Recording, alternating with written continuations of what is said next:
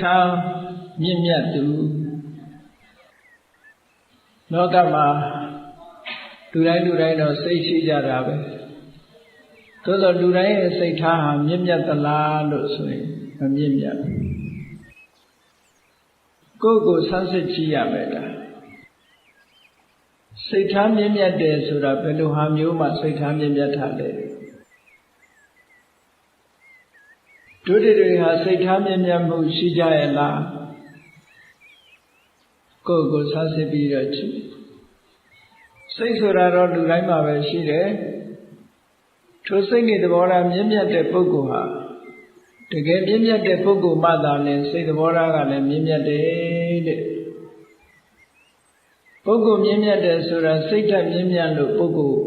လည်းပဲမြင့်မြတ်တယ်လို့ခေါ်တာစိတ်ထားမြင့်မြတ်တဲ့ပုဂ္ဂိုလ်ဆိုတာမြင့်မြတ်တဲ့စိတ်ထားရှိလို့စိတ်ထားမြင့်မြတ်တဲ့ပုဂ္ဂိုလ်ရှိတယ်အဲ့တော့မြင့်မြတ်တဲ့စိတ်ထားဆိုတာဘယ်လိုဟာတွေလဲဘယ်လိုအရေးချင်းတွေလဲဆိုတာသိရှိနားလည်ဖို့လိုတယ်ပေါ့နာမအားဖြင့်ပြောမယ်ဆိုရင်စိတ်ထားမြင့်မြတ်တဲ့ပုဂ္ဂိုလ်တွေဟာအရိယသူတော်စင်တွေရဲ့စိတ်ဓာတ်ဟာလွန်မြင့်မြတ်တယ်လို့ပြောအောင်အကြမ်းပြင်းအားဖြင့်ပြောမယ်အရိယာမဟုတ်ဘူးတာမန်ပုဂ္ဂိုလ်တွေထဲမှာဘယ်လိုပုဂ္ဂိုလ်ဟာစိတ်ထားမြင့်မြတ်သလဲလို့ဆိုလို့ရှိရင်သူတော်ဘာရဲ့ပြက်လို့ရပျက်စီးချောင်းမကြံစီပဲနဲ့အများကောင်းရာကောင်းကြောင်းကိုကြံစီလှုပ်ဆောင်တဲ့ပုဂ္ဂိုလ်တွေဟာစိတ်ထားမြင့်မြတ်သူလို့ဒီလိုခေါ်နိုင်နောက်တစ်ခုအားဖြင့်ပြောမယ်ဆိုလို့ရှိရင်အဂတိ၄ပါးမလိုက်စားတဲ့ပုဂ္ဂိုလ်လည်းပဲစိတ်ထားမြင့်မြတ်တယ်လို့ပြောအဂတိ၄ပါးဆိုတာလူတိုင်းသိကြတယ်အဂတိလိုက်စားတယ်ဆိုတာကိုအဓိပ္ပာယ်ရှင်းရှင်းပြောရမယ်အဂတိဆိုတဲ့အဓိပ္ပာယ်ကမလိုက်တဲ့နာကိုဂတိလိုက်တာအဂတိဆိုတာမသိလျော်တဲ့အလုပ်ကိုလုပ်တာမျိုးမသိလျော်တဲ့ဘက်ကိုလိုက်သွားတာမျိုးဒါပြင်မသိလျော်တဲ့ဘက်ကိုလိုက်သွားတာဆိုတာအကြောင်းမဲ့လိုက်တာလားလို့ဆိုတော့မဟုတ်ဘူးအကြောင်းရှိတယ်အဂတိဆိုတာတရားလမ်းကြောင်းကနေတိမ်းဆောင်းပြီးတော့သွားတာအဂတိလို့ပြောတာနော်သွားရသောစဉ်လမ်းမကြီးရှေ့တဲ့နဲ့လမ်းကြောင်းကသွေးဖြီးသွားတယ်လို့ပြောရတယ်မိသားတွေဘာတွေလမ်းချော်သွားတယ်ဆိုလို့ရှိရင်အန္တရာယ်မရှိဘူးလားကားတွေလည်းလမ်းချော်သွားရင်အန္တရာယ်ရှိတာပဲလေမြန်လည်းပြေးလမ်းကလမ်းချော်သွားရင်အန္တရာယ်ရှိတာပဲဒီအဂတိဆိုတဲ့သဘောကလမ်းချော်သွားတယ်လို့ပြောတာနော်လို့ရမယ်လိုက်ရမယ်ဓမ္မလမ်းကြောင်းကနေလွဲချော်သွားတာဘာကြောင့်လွဲချော်သွားသလဲလို့ဆိုလို့ရှိရင်ဆန္ဒတဲ့မညီမျှတဲ့ဆန္ဒတွေလူတွေမှာရှိတယ်ဒီနေရာမှာဆန္ဒဆိုတာလောဘကိုရည်ညွှန်းပြီးတော့ပြောတာဆန္ဒဂတိတစုံတစ်ယောက်ပေါ်မှာခင်မင်းနဲ့ကြံတဲ့တစ်ယောက်ပေါ်မှာတော့ခင်မင်မှုမရှိဘူးခင်မင်မှုရှိတဲ့အပေါ်မှာခင်မင်မှုရှိတာကိုအကြောင်းပြုပြီးတော့မလုပ်တဲ့နိုင်အလုပ်ကိုလုပ်လိုက်လို့ရှိရင်ဆန္ဒဂတိလိုက်တယ်လို့ပြောတာပေါ့ဓမ္မလမ်းကြောင်းကလွဲသွားပြီခင်မင်မှုရှိသည်ဖြစ်စေမရှိသည်ဖြစ်စေဓမ္မလမ်းကြောင်းကတော့ဒီလမ်းကြောင်းပဲထားရအောင်ခင်မင်မှုကိုအကြောင်းပြုပြီးတော့ဓမ္မလမ်းကြောင်းတိမ်းဆောင်းသွားရင်ဒါအဂတိလိုက်တယ်လို့ပြောတာပေါ့ခင်မင်မှုရှိတဲ့ပုဂ္ဂိုလ်အတွက်တစ်မျိုးခင်မင်မှုမရှိတဲ့ပုဂ္ဂိုလ်အတွက်တစ်မျိုးဆိုလို့ရှိရင်ဒါဓမ္မလမ်းကြောင်းမဟုတ်တော့ဘူးပေါ့နောက်တစ်ခုကဒေါသဂတိလူတွေစိတ်ထဲမှာအလိုမကျဒေါသထွက်နေတဲ့အခါမှာတစ်မျိုးစိတ်ကြီးနေတဲ့အခါမှာလူတွေကတစ်မျိုးဆုံးဖြတ်ချက်ချကြတယ်ဒေါသထွက်နေတဲ့အခါမှာဆိုလို့ရှိရင်ဓမ္မလမ်းကြောင်းကိုမစင်စားတော့ပဲနဲ့ဒေါသထွက်နေရင်ဒေါသအလျောက်လုံးမိတယ်ပြောမိတယ်အဲ့ဒါလည်းအဂတိလိုက်တယ်လို့ခေါ်တာပဲနောက်တစ်ခုကတော့မောဟဂတိတဲ့လုံးသင့်တာလားမလုံးသင့်ဘူးလားမှန်တာလားမမှန်ဘူးလားဓမ္မလားအဓမ္မလားခွဲခြားမသိဘူး မသိသည့်အတွက်ကြောင့်တွေးဝေမှုတွေကိုအကြောင်းပြုပြီးတော့မလုံးတဲ့နာလုံးပြီးသွားတယ်မောဟဂတိလို့ခေါ်တယ်အမှန်မှန်ဝေဖန်ဆုံးဖြတ်နိုင်စွာမရှိသည့်အတွက်ကြောင့်ဓမ္မလမ်းကြောင်းကလွဲချော်သွားလို့ရှိရင်မောဟဂတိပဲနောက်တစ်ခုကဘယဂတိကြောက်ရတဲ့ပုဂ္ဂိုလ်ရှိတယ်လို့မကြောက်ရတဲ့ပုဂ္ဂိုလ်ရှိကြောက်ရတဲ့ပုဂ္ဂိုလ်ကြတော့ကြောက်ရသည့်အတွက်ကြောင့်ဓမ္မလမ်းကြောင်းတိုင်းမလိုက်ဖဲနဲ့တိမ်ဆောင်းသွားတယ်အဲ့ဒါဘယဂတိလို့ခေါ်တယ်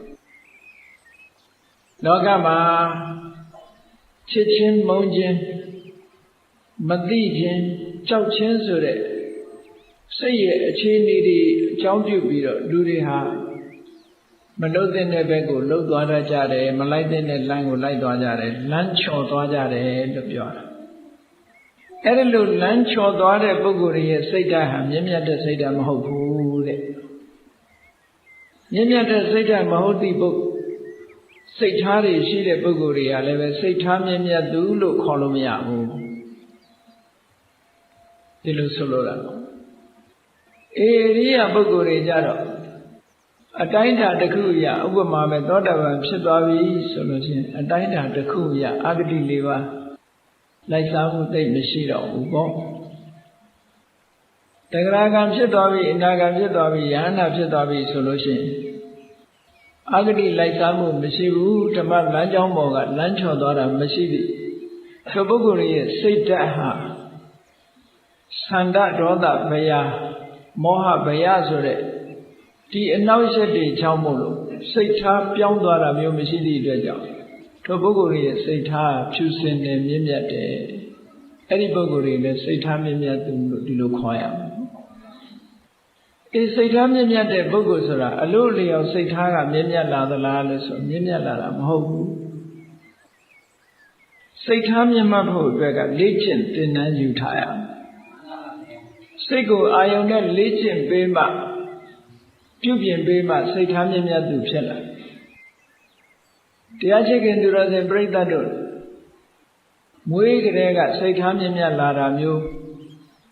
မဟုတ်ဘူးတဲ့သူတော်ကောင်းတဲ့ပေါင်းသူတော်ကောင်းတရားကိုနာဆုံးမဩဝါဒတွေနာခံရင်းကနေပြီးတော့စိတ်ဆိုတာဘယ်လိုဖြူစင်အောင်ထားရမယ်ဆိုတဲ့အသိဉာဏ်တွေ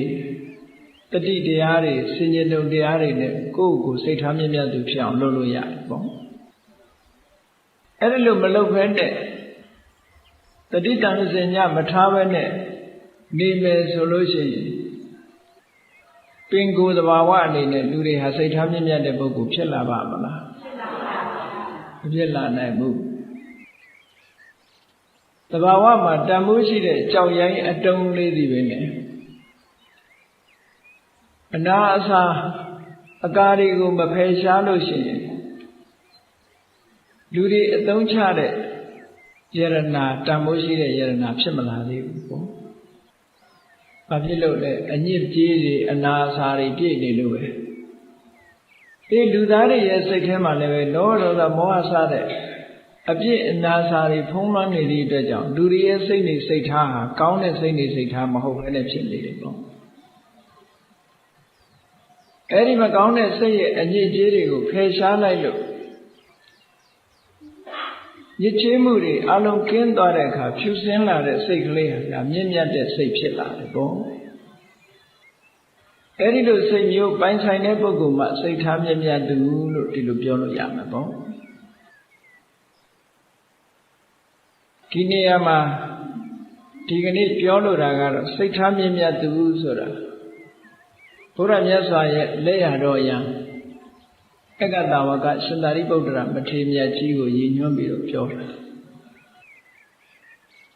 ရှင်သာရိပုတ္တရာမထေရမြတ်ကြီးဟာစံပြုလောက်အောင်စိတ်ထားမြင့်မြတ်သူဖြစ်တယ်ဒီပြောကြလိုက်ပဲယဟန္တာဆိုရင်တော့စိတ်ထားမြင့်မြတ်တာကြီးပဲလို့ပြောရမယ်ဟုတ်ပါတယ်သို့သောရှင်သာရိပုတ္တရာမထေရမြတ်ကစံနမူနာထားရလောက်အောင်စိတ်ထားမြင့်မြတ်တယ်ကျန်တဲ့ယဟန္တာတွေနဲ့မတူဘူးပေါ့ဘာကြောင့်ဒီလိုရှင်သာရိပုတ္တရာမထေရမြတ်ဟာစံပြုလောက်အောင်စိတ်ထားတွေမြင့်မြတ်ရသလဲလို့ဆိုတာ သူကိုယ်တိုင်ဖော်ကျူးထားတဲ့အကြောင်းတရားတစ်ခုကိုကြည့်လို့ရှိရင်သူယဟန္တာဖြစ်ပြီးအာသောတရားတွေကုန်လို့စိတ်ထားမြင့်မြတ်တယ်လို့ဒီလိုပြောတာမဟုတ်ဘူးကာယကတာတတိလို့ဆိုတဲ့ကိုယ်ခန္ဓာပေါ်မှာဆွဲမြဲစွာတည်ရှိနေတဲ့တတိတရားအမြဲမပြတ်သူ့မှာရှိနေလို့စိတ်ထားမြင့်မြတ်တယ်လို့ဒီလိုခေါ်တယ်လူတိုင်းခန္ဓာကိုယ်ပိုင်ဆိုင်ထားကြတယ်ပိုင်ဆိုင်ထားတဲ့ခန္ဓာကိုယ်ကြီးကိုအစိတ်အပိုင်းတွေနဲ့ခွဲကြည့်မယ်ဆိုလို့ရှိရင်32မျိုးရှိတယ်ဒါကို32ခောတနာလို့ခေါ်တာနော်ကိုယ်ခန္ဓာကိုယ်ကြီးကိုဉာဏ်ဆိုင်ပြီးတော့ကြည့်လိုက်မယ်ဆိုရင်အောက်ခြေဘဝအထက်ဆံပြားဆိုတဲ့ဒီအတိုင်းအတာအကန့်အသတ်တစ်ခုကိုယ့်ကိုအာယုံပြုကြည့်လိုက်အထက်မှာဆံပြားရှိတယ်အောက်မှာခြေဘဝရှိတယ်ဥဒ္ဒံပါရတလအထောကေတမတ္ထကအထက်ကနေပြီးတော့ခြေပြားထိအောင်ခြေပြားကနေပြီးတော့အထက်ဆံပြားထိအောင်အပြန်အလှန်တလံမြရှိတဲ့ခန္ဓာကိုယ်လေးကိုဆင်ញင်သုံးသပ်ပြီးတော့ကြည့်မယ်ဆိုဟောဒီခန္ဓာကိုယ်ကြီးထဲမှာယရနာတွေအပြည့်ထည့်ထားတာလားသို့မဟုတ်ယွန်စရာတွေအပြည့်ထည့်ထားတာလားဒါပဲကတော့အပြင်ကတော့ချမ်းသာတဲ့လူတွေကစိတ်နေတို့ရွှေတွေတို့ဝတ်မထားဘူးလားဒါအတွင်းကမဟုတ်အပြင်ကဟာတွေနော်အဲ့ဒါကမွေးရပါတာဟုတ်ကလားဟုတ်ပါဘူးဗျာအငါးပစ္စည်းတွေဒါတွေကနော်ဟုတ်ပါဗျာအဲ့တော့ခန္ဓာကိုယ်ကြီးကိုမိမွေးတိုင်းဖမွေးတိုင်းအသာချိလိုက်မွေးလာကြတဲ့ကပါလာတာတွေနောက်မှစင်တာမထည့်တဲ့တခုပါ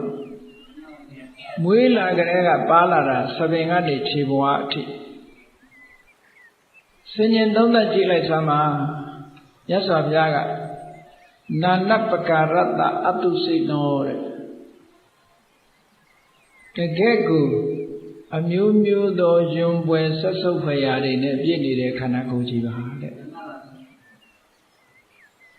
သို့တော်လည်းယွန်စရာကောင်းတဲ့ခန္ဓာကိုယ်ကြီးကိုမလှအောင်ကြည်မကောင်းအောင်လူတွေကနေ့စဉ်နဲ့အမျှပြင်ပေးနေကြတယ်ပြင်ပေးနေသည့်အတွက်ကြောင့်လူတွေမှာဘာဖြစ်နေလဲဆိုရင်ရုပ်ခန္ဓာကိုယ်ကြီးပေါ်မှာတွေ့တာတဲ့တဏှာတွေတိုးပွားနေတာပေါ့မိမိကိုယ်တိုင်ကလည်းမိမိကိုယ်ပေါ်မှာတွေ့တာမှုဆိုတဲ့တဏှာရှိသလိုမိမိကိုမြင်ရတဲ့ပုဂ္ဂိုလ်တွေကလည်းပဲတွေ့တာမှုဆိုတဲ့တဏှာတွေဖြစ်ပေါ်လာစေတကယ်တဘာဝအတိုင်းရှိမယ်ဆိုလို့ရှိရင်နာနပကာရတ္တအတုစိနောပူရာနာနပကာရတ္တအတုစိနောနာနပကာရတ္တအတုစိနောအမျိုးမျိုးအဖုံဖုံမစင်မကြဲတဲ့အရာတွေနဲ့ပူရာပြည့်နေတဲ့ခန္ဓာကိုယ်ကြီးတဲ့ဒီလိုပြောတာဒေချာစဉ်းစားကြည့်လိုက်မယ်ဆိုလို့ရှိရင်32မျိုးသောအရာတွေဟာတစ်ခုမှအနံ့အားဖြင့်လည်းမွေးကြိုက်တာမရှိဘူးအစင်အားဖြင့်လည်းလှတာမရှိဘူးနော်ဝဏ္ဏတော်ပိခန္ဓာတော်ပိဆိုအစင်ရောင်အားဖြင့်လည်းလှတာပါတာမရှိဘူးအနံ့အားဖြင့်လည်းပဲဆွတ်ဆုပ်เสียပဲအဲ့ဒါလို့ပြည့်နေတယ်ဆိုတဲ့သဘောတရားတွေကိုလူတွေကမသိကျင်ကြဘူးတဲ့မျက်ွယ်ပြုတ်ထားဖုံးကျင်နဲ့ကြွယ်ကျင်နဲ့ဖုံးကျင်ကြွယ်ကျင်လို့တဏှာထုတ်လုပ်တဲ့ကုမ္ပဏီတွေလည်းချမ်းသာနေကြတာပေါ့ပေါင်တာထုတ်တဲ့ကုမ္ပဏီတွေလည်းချမ်းသာမိတ်ကပ်ထုတ်တဲ့ကုမ္ပဏီတွေချမ်းသာဘာလို့ဖုံးကွယ်ဖို့လုပ်ကြတယ်ဟုတ်ကဲ့သဝိရာဂလို့ဆိုတဲ့အရေးပေါ်မှာတတ်မဲ့တဲ့တဏှာတွေတိုးပွားရတိုးပွားကြောင်းအသုံးပြုပြီးတော့နေကြသည့်အတွက်ကြောင့်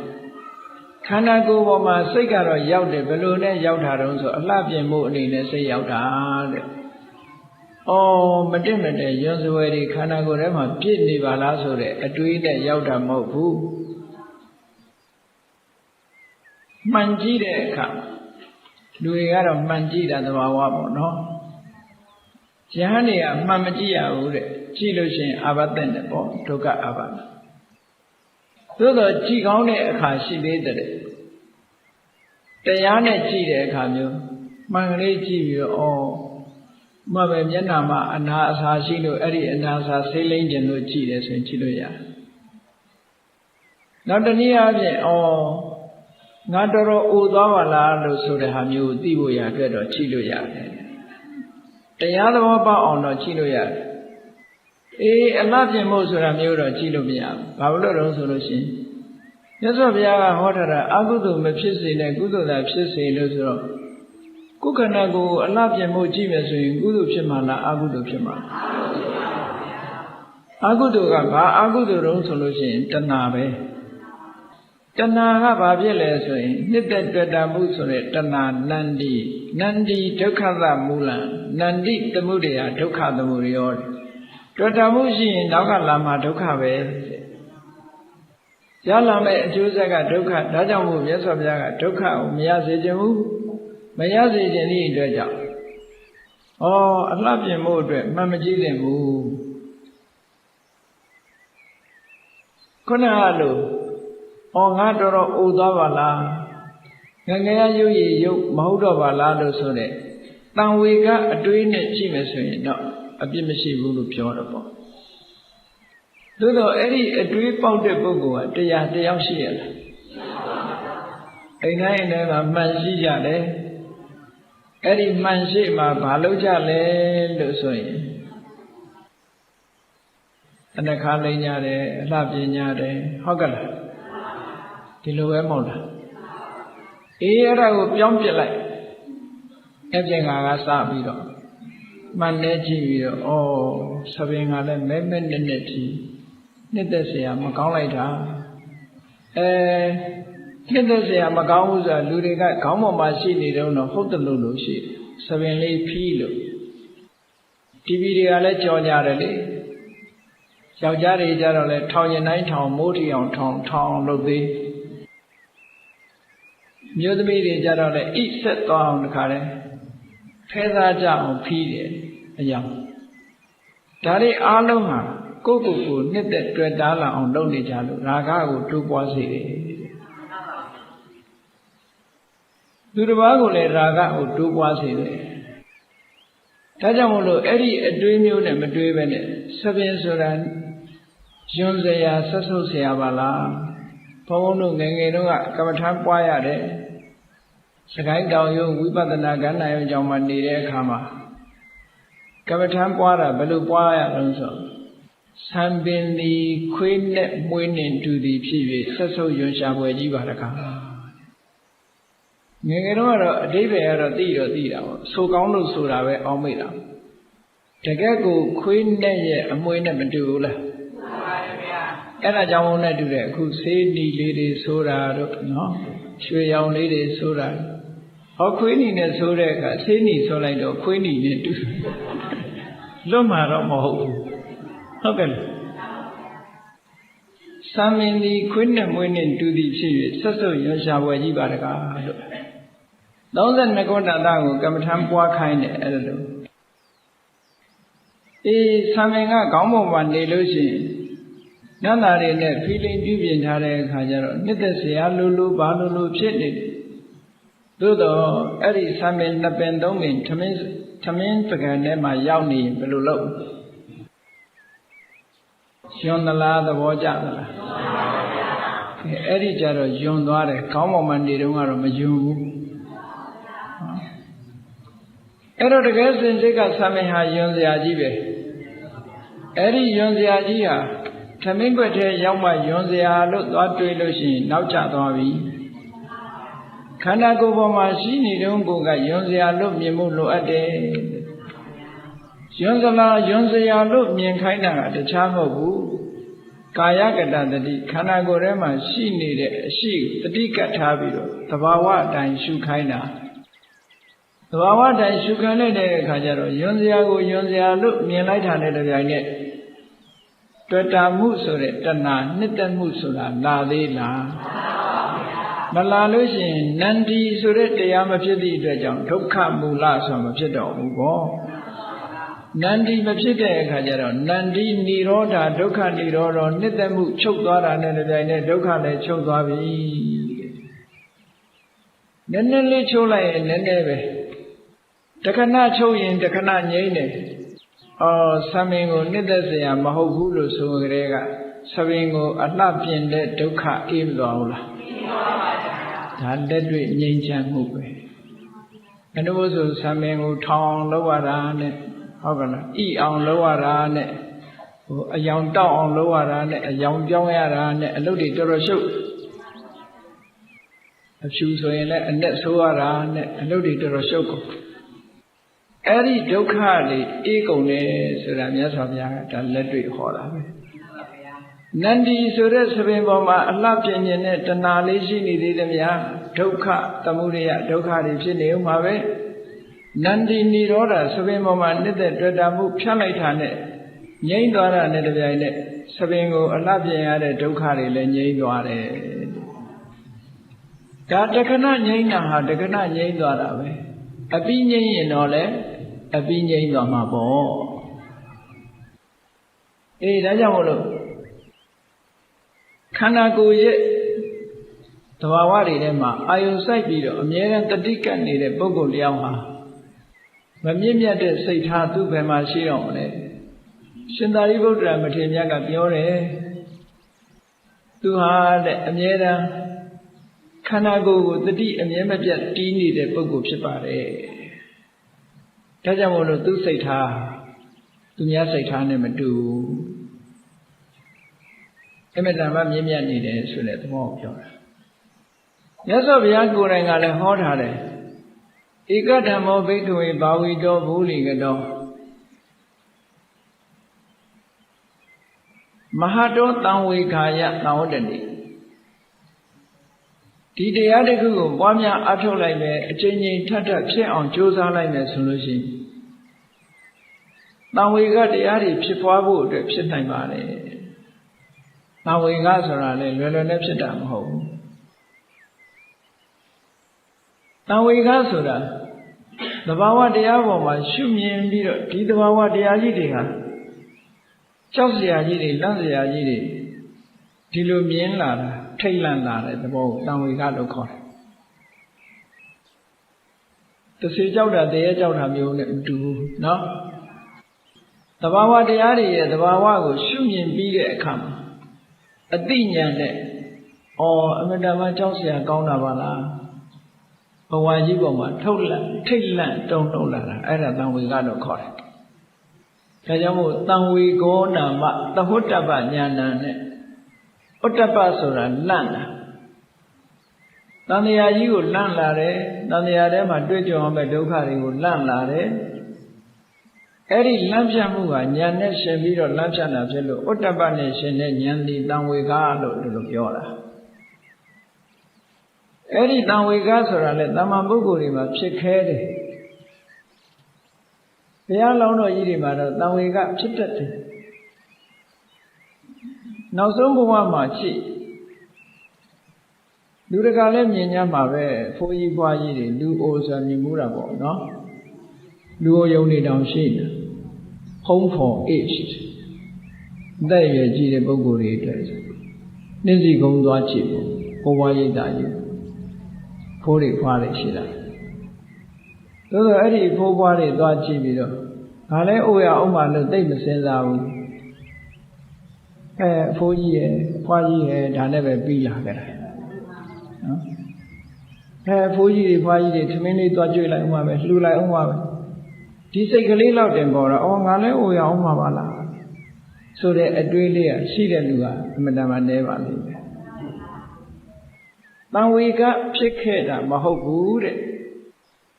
တံဝေကဘိုးဘွားရိတ်တာသွားလို့တံဝေကမဖြစ်ခဲ့ဘူးမဖြစ်ခဲ့ရုံနဲ့မကဘူးသူသာအိုတာငါအိုမှာမဟုတ်ဘူးလို့ထင်ခဲ့သေးတယ်အဲဒီမှာတို့တော့အတော်နဲ့မအိုသေးဘူးလို့ပဲလက်ထင်ရင်ထင်မယ်ပေါ့အဲ့တော့တံဝေကမဖြစ်နိုင်ဘုရားလောင်းနေကြတော့အဲ့လိုမဟုတ်ဘူးတိဋ္ဌရမင်းသားဟာအမတန်ချမ်းသာတဲ့စည်းစိမ်ဥစ္စာတွေခံစားနေရတဲ့အချိန်လေးမှာလူကိုမြင်လိုက်တာနဲ့တပြိုင်နက်အိတ်မပြောလောက်အောင်တံဝေကဖြစ်သွားငါလည်းအိုရအောင်မှာပါလားအခုပေါ်အိုတော့မဲ့ပုံမျိုးစိတ်ထဲမှာအဲ့ဒါလိုခံစားသွားရ လူနာမြင်လိုက်တော့လည်းပဲထို့တူဆေးရုံသွားလိုက်လို့ရှင်လူနာတွေခုခေတ်ဆိုလို့ရှင်ဟုတ်လားနှာခေါင်းထဲမှာပိုက်ကြီးတွေထည့်ထားတာစက်ကြီးနဲ့တက်ထားတာပိုက်ကြီးခွဲထားတာပလင်းကြီးတက်ထားတာစုံးနေအောင်မြင်မှာပဲလူနာဆိုအဲ့ဒါတွေမြင်လဲဩဘာဖြစ်တာရှာပါလိမ့်ဒီလောက်ပဲတွေးမှာငါလည်းနာရအောင်မှာပဲလို့ဒီလိုတွေးခဲ့တွေးဖို့ရှိတော့နော်တံဝေကဆိုတာမဖြစ်နိုင်ဘူးတော့ဖះလောင်းကြတော့အဲ့လိုမဟုတ်ဘူးလူနာမြင်လိုက်တာလည်းတပြိုင်နက်အိမ်မပြောဘူးငါခန္ဓာကိုယ်ကြီးမှလည်းအဲ့လိုနာတဲ့သဘောတွေရှိနေပါလားဆိုတဲ့အတွေးဟာလွှမ်းမိုးနေတံဝေကဆိုအဲ့ဒါလူသေးမြင်လိုက်တဲ့အခါလည်းပဲဒီလိုပဲကတိခေကြတော့လူသေးပြေဝေးသွားပြီးတော့ဟုတ်လားလူမှုရေးရမရှောင်နိုင်တဲ့ပုဂ္ဂိုလ်တွေဆွေတဲ့မျိုးတဲ့တို့မိတ်ဆွေတို့ဘာလို့ဆိုလိုက်ပို့လိုက်အတုဝါကဝေတဲ့ရတောင်လေးနဲ့အေးမြတ်မြတ်ခတ်ပြီးတော့စကားလေးတပြောပြောပဲတန်ဝေကတော့မလာဘူးတန်ဝေကမလာတဲ့ပြင်သေတဲ့လူတောင်အပြစ်တင်လိုက်သေးတယ်ဟောဒီလူကအစားမဆောင်ဦးတော်ဟုတ်သေးတယ်ရေကျိုးမလို့သေးတယ်နော်ဘာဖြစ်လို့သေးတယ်ညာဖြစ်လို့သေးတယ်ကျမ်းမာရေးကဥမဆိုင်လို့သေးတယ်တွေးလို့ရှိမြောင်သေးတဲ့ဝက်သားတွေစားတာကိုအပြစ်ကတင်ခံရသေးတယ်သူ့မြတ်သေးတာသိသွားတာအပြစ်မလွတ်ဘူးစီးကျိုရှိရတဲ့နဲ့ရှောင်မမရှောင်ပဲစီးကျိုတွေတက်ပြီးလို့သေးတာတဲ့ဟောအပြစ်ကပြောခံရသေးတယ်နော်ငါလည်းပဲသေးရအောင်ပါလားဆိုတဲ့အတွေ့အလာခဲ့တဲ့ပေါ့တံဝေကမဖြစ်ဘူးလို့ပြောတာအဲ့ဒါတွေတံဝေကဖြစ်အောင်ဘုရားလောင်းတော်တွေကြတော့မြင်လိုက်တာနဲ့တံဝေကတွေဖြစ်သွားတယ်ဒါကြောင့်လို့တောထွက်သွားတာအဲ့ဒါလို့တံဝေကစိတ်ဓာတ်တွေဖြစ်ဖို့ရအတွက်ဘာလုပ်ရမလဲကာယကတာတတိကမ္မထာကိုပွားပေးပါခန္ဓာကိုယ်မှာရှိတဲ့အစိတ်အပိုင်းတွေနဲ့တတိဟာအမြဲတမ်းကပ်နေစမ်းပါစံပင်မွေးညင်ခြေသက်လက်သေးသွားအရေးဒါတွေကလူတွေမြင်ရတဲ့ဟာပေါ့အပေါ်ယံတွေကြည့်လိုက်စံပင်ဆိုတာလည်းမြင်ရတယ်မွေးညင်ဆိုတာလူတွေသိပြီးတော့သဘောကျတဲ့မွေးညင်ကဘာလဲမျက်ခုံးနဲ့မျက်တောင်ဟုတ်လားမျက်ခုံးလေးကိုဆွဲကနဲ့အလှပြင်ဘယ်လိုလုပ်ပြီးတော့ဆက်ဆုပ်ရွှေရှာပွဲကြီးပါလကားလို့စဉ်းစားလိုက်ပါလေမျက်ခုံးကိုမလှအောင်ဆိုင်သွားပြင်တယ်မျက်တောင်လည်းပဲကြည့်ပါလားအမိပေးတဲ့မျက်တောင်နဲ့မကြိုက်လို့နှုတ်ပစ်ပြီးတော့အသစ်ဆိုင်ခုခေတ်ကလည်းမျက်တောင်ကိုအသစ်ဆိုင်တယ်မျက်တောင်မွေအသစ်ဆိုင်အဲ့တော့ဘယ်လိုလုပ်တံဝေကဖြစ်ဒါကြောင့်မလို့တံဝေကဖြစ်ရမယ့်ကိစ္စတွေတံဝေကမဖြစ်ဘဲနဲ့တဏှာရာကပွားစေကြောင်းဆိုနန္ဒီဒုက္ခတမူလံဆိုတဲ့အတိုင်းပဲလာမှာပဲဒုက္ခတွေရအောင်မှာပဲဆံပင်မွေးညင်းဘယ်ရာမှတက်တာမရှိဘူးခြေသက်လက်တဲ့သူကလည်းတော်တော်လေးစားကျဲတယ်ခြေသက်လက်တဲ့ဟာပဲရှင်းတော့ကြရရှိတယ်မြတ်စွာဘုရားလက်ထက်ကယဟန်တော်တွေကိုဝီနီးနဲ့တားမြစ်ထားတယ်မြတ်စွာဘုရားခြေသက်လက်သေးကြီးတွေအရှိမထားရဘူးတဲ့တခါတော့ကအရှိထားလို့ပြဿနာပေါ်ခဲ့ဘူးတဲ့ဒါမှမဟုတ်မြတ်စွာဘုရားယဟန်တွေခြေသက်လက်တဲ့အရှိမထားရဘူးဝီနီးစကန်ထဲမှာရှိနဘိက္ခွေဒီခါနှခါဓာရိတပါခြေသက်ကြီးတွေရှိတယ်ဆိုတာဘာကိုပြောတာတုံးဆိုအသားတဲ့လွန်သွားရင်အရှိလို့ခေါ်တယ်တချို့ကြတော့အသားတဲ့ကိုတော်တော်လေးကိုလွန်တယ်ခြေသက်လက်တဲ့အရှိမထားရဘူးယဟန်အသားတဲ့လွန်ရင်ကြိုက်ပြစ်အသားပမာဏနဲ့ဒီတိုင်းပဲထားပြီးတော့ဝိတတိမတ္ထ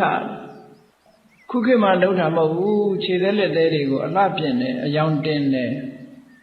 ခုခေတ်ကအယောင်နေမကတော့ဘူးပကြီးလို့အယုတ်ကလေးတွေတောင်ရေးသေးတယ်ခြေသက်လက်သေးပေါ်မှာနော်ပန်းကက်ကလေးတွေနဲ့ဘာနဲ့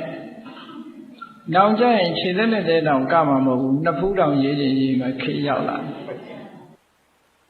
အခုလည်းလက်မောင်းတွေပါတော့ရေးနေကြပြီပေါ့အဲ့တော့ခြေသက်လက်သေးဟာအယောင်ဆိုးယုံနေမကဘူးအလှပပကြီးရုပ်ကလေးတွေပါရေးလာပြီးတော့ခြေသေးလက်သေးကိုပြင်းနေတယ်ဆိုတော့ဘယ်လိုလုပ်တန်ဝေကဖြစ်မလဲခြေသေးလက်သေးဒါလူတွေကမြင်ရတာဆိုအကုန်ပြင်တာပဲ ခြေသေးလက်သေးသွားဆိုတာတော့မပြောနဲ့သွားဆိုင်ဆိုင်နေချမ်းသာနေကြတယ်သူကသူနေတဲ့သွားမညီလို့ဆိုသွားညှိခေါ်နေရင်လည်းချိုးပစ်ပြီးတော့ပြန်ဆိုင်အဲ့တော့အမျိုးမျိုးဖုံဖုံအလှပြင်ကြတယ်မြတ်စွာဘုရားက32ခုအထာတယွန်းစရာတွေပါနာနပကရတအတုစီနောပူရာမတိမတဲယွန်းစပွဲတွေနဲ့ပြည့်နေတယ်ဆိုတာကိုဖုံးကွယ်ဖို့ရကြိုးစားကြတယ်တဲ့မသိအောင်လို့ကြိုးစားနေကြတယ်မသိချင်ကြဘူးတဘာဝအစစ်မှန်တွေကိုဖုံးကွယ်ဖို့ကြိုးစားနေကြတယ်ခြေသေးလက်သေးသွားအရေးဆိုတာလည်းပဲဟုတ်လားအသားမဲ့တဲ့လူကဖြူအောင်လုပ်တယ်ဖြူတဲ့လူကမဲအောင်လုပ်တယ်လူဆိုတာကိုယ့်ဟာနဲ့ကိုယ်ကျင့်နှက်ခဲတယ်အသားဖြူတဲ့လူကမဲတာကြိုက်နော်အသားမဲ့တဲ့လူကဖြူအောင်လုပ်ချင်နိုင်ငံသားတွေမှာလုပ်တာပြောတော့ဗမာပြည်ကလူတွေတော့မလုပ်တော့ဘူးဘွားတော့နီးပညာတွေကအလွန်ကောင်းတော့မိုက်ကယ်ဂျက်ဆင်တို့ဆိုလဲပြစ်တာမဟုတ်လားအယောင်တွေပါလေအဲ့ဒါလို့အသားအယောင်ကစပြီးတော့ပြောင်းပြစ်ချင်တယ်မလှလှအောင်ပြင်းနေကြတာဆိုတော့ရသော်ဘုရားပြောဟောတော်မူတဲ့ကာကရတတိကမ္မထာနဲ့အလွန်အလှမ်းဝေးတာပေါ့ရှင်သာရိပုတ္တရာမထေရကပြောတယ်ခန္ဓာကိုယ်ပေါ်မှာတဲ့သူ့ရဲ့တတိဟာအမြဲကပ်နေပါလေသူ့ရဲ့တတိကခန္ဓာကိုယ်ပေါ်မှာအမြဲကပ်တယ်ခန္ဓာမှာရှိနေတဲ့အရာတွေပေါ်မှာအမြဲကပ်တယ်ဆိုခန္ဓာပေါ်မှာရှိနေတာဘာတွေလဲလို့ဆိုရင်အခုပြောတဲ့32ကောဋ္ဌာတာပေါ့ဒါတွေတင်လားလို့ဆိုမကဘူးခန္ဓာမှာရှိနေပါတော့လျောင်းထိုင်ရသွားလှုပ်ရှားမှုတွေရောမရှိဘူးလားရှိပါတယ်ဗျာအဲ့ဒါဒီပေါ်မှာလည်းပဲအမြဲတမ်းတတိကတ်တယ်လို့ဒီလိုဆိုလို့တတိတံစင်ညာတို့မဟာတတိပဒံတော့မှလာတဲ့အတိုင်းဣရိယပဋ္ဌပပလျောင်းထိုင်ရသွားဣရိယပုတ်အကြီးစား၄မျိုးတတိတံစင်ညာဆိုတဲ့အသေးစားလေးတွေရှေ့ရှုကြည့်တာတို့စောင်းငယ်ကြည့်တာတို့ရှေ့လန်းတာတို့နောက်ဆုံးတာတို့ကအစစားတာတောက်တာနောက်ဆုံးမှာအိမ်သာတက်တာကအစအမတ်တမဲ့မဟုတ်ဘဲနဲ့ခန္ဓာကိုယ်ကြီးရဲ့အနေအထားကိုတတိနဲ့အမြဲမပြတ်စောင့်ကြပ်နေတဲ့အသိပညာပါရှိတဲ့တတိတွေနဲ့ခန္ဓာကိုယ်ကြီးရဲ့သဘာဝတရားကိုလွတ်မသွားအောင်အမြဲတမ်းကြည့်နေတာကာယကတတတိလို့ခေါ်တယ်အဲ့ဒီကာယကတတိကိုကြာကြာနာနာပွားထားပြီဆိုရင်မဟာတောတံဝေကအကြီးကျယ်တံဝေကကိုဖြစ်ပေါ်စေနိုင်ပါတယ်ဒါမပွားရင်တော့မဖြစ်စေဘူးဆိုတဲ့အပြန်အလှန်ရတယ်ပေါ့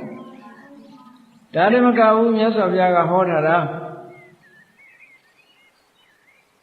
ဒီတတိတံစင်ညတွေဖြစ်ပေါ်ယုံမြတ်မကကာယကတတိကိုမပွားဘူးဆိုလို့ရှိရင်အမြိုက်နိဗ္ဗာန်ကိုအမြိုက်အရသာကိုမသုံးဆောင်ရရောက်တယ်ကာယကတတိကမ္မထံကိုမပွားဘူးဆိုတဲ့ပုဂ္ဂိုလ်ဟာနိဗ္ဗာန်နဲ့လွဲချော်တဲ့ပုဂ္ဂိုလ်ပဲတဲ့ကာယကတတိပွားတဲ့ပုဂ္ဂိုလ်မှာနိဗ္ဗာန်နဲ့ရောက်မဲ့ပုဂ္ဂိုလ်လို့ဒီလိုဟောထားတယ်နော်အဲ့ဒါလို့ချီးကျူးပြီးတော့ဟောကြားထားတဲ့တရားဓမ္မကိုရှင်သာရိပုတ္တရာမထေရဟာအမြဲမပြတ်လေ့ကျင့်ပြီးတော့တတိကပ်ပြီးတော့ထားတယ်ဒါကြောင့်မို့လို့ရှင်သာရိပုတ္တရာမထေရရဲ့စိတ်ဓာတ်တွေဟာအမတန်မြင့်မြတ်တယ်လို့ဒီလိုပြောတာပေါ့အဲ့ဒီစိတ်ထားမြင့်မြတ်မှုနဲ့ပတ်သက်လာလို့ရှိရင်ရှင်သာရိပုတ္တရာမထေရပင်ကိုယ်က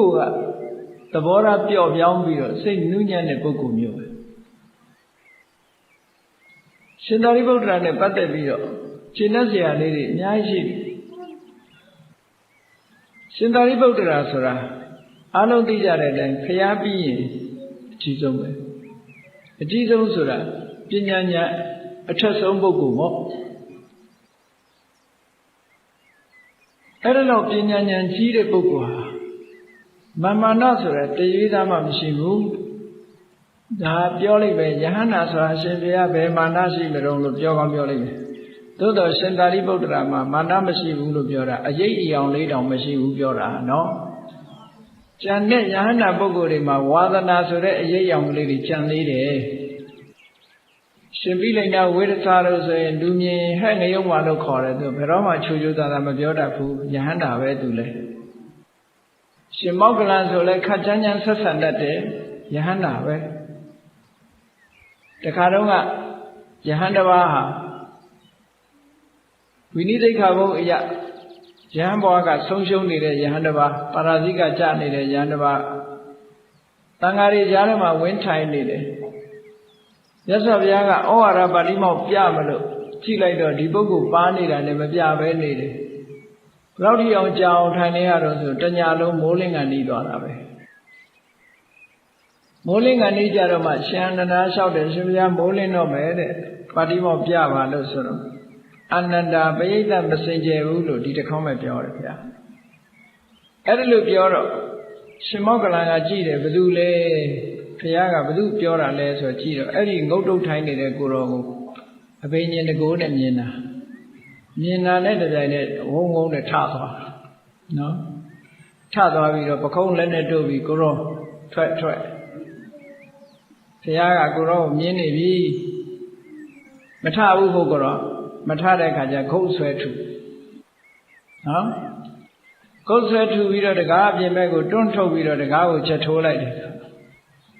အဲ့ဒီလိုရှင်မောက္ကလန်ကြတော့လုပ်တယ်ရှင်သာရိပုတ္တရာမထေရမြတ်ကြတော့စိတ်တော်ရအမတန်ပျော့ပြောင်းတဲ့အနေအထားတွေအများကြီးရှိတယ်ပေါ့ရှင်သာရိပုတ္တရာမထေရမြတ်ဟာအများနဲ့နေတဲ့နေရာမှာယမယံခါကျောင်းလိုက်ကြီးတွေမှာအများနေကြတဲ့အခါမှာမသိတော်တာတွေရှိကောင်းရှိနိုင်တယ်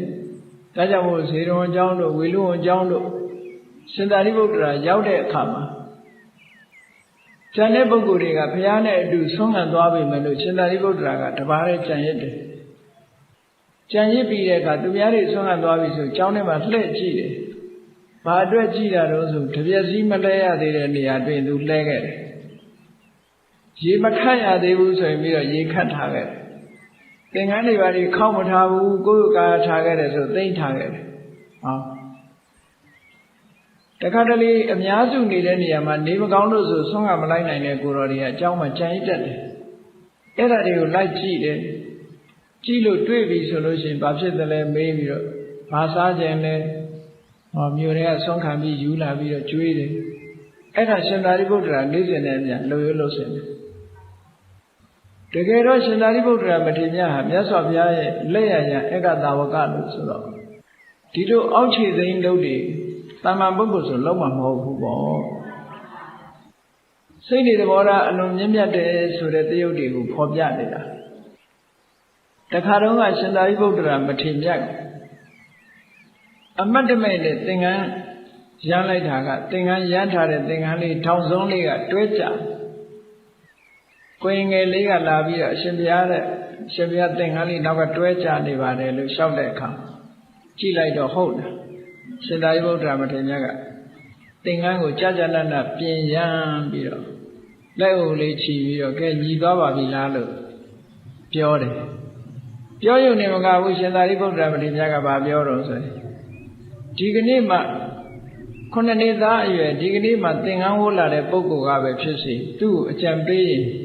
ဥထိပ်ရွယ်ပန်ဆင်ကလိုက်နာပါမယ်တဲ့သူကဘလောက်မြင့်မြတ်တဲ့စိတ်ထားရှိတယ်လဲဆိုတာစဉ်းစားကြည့်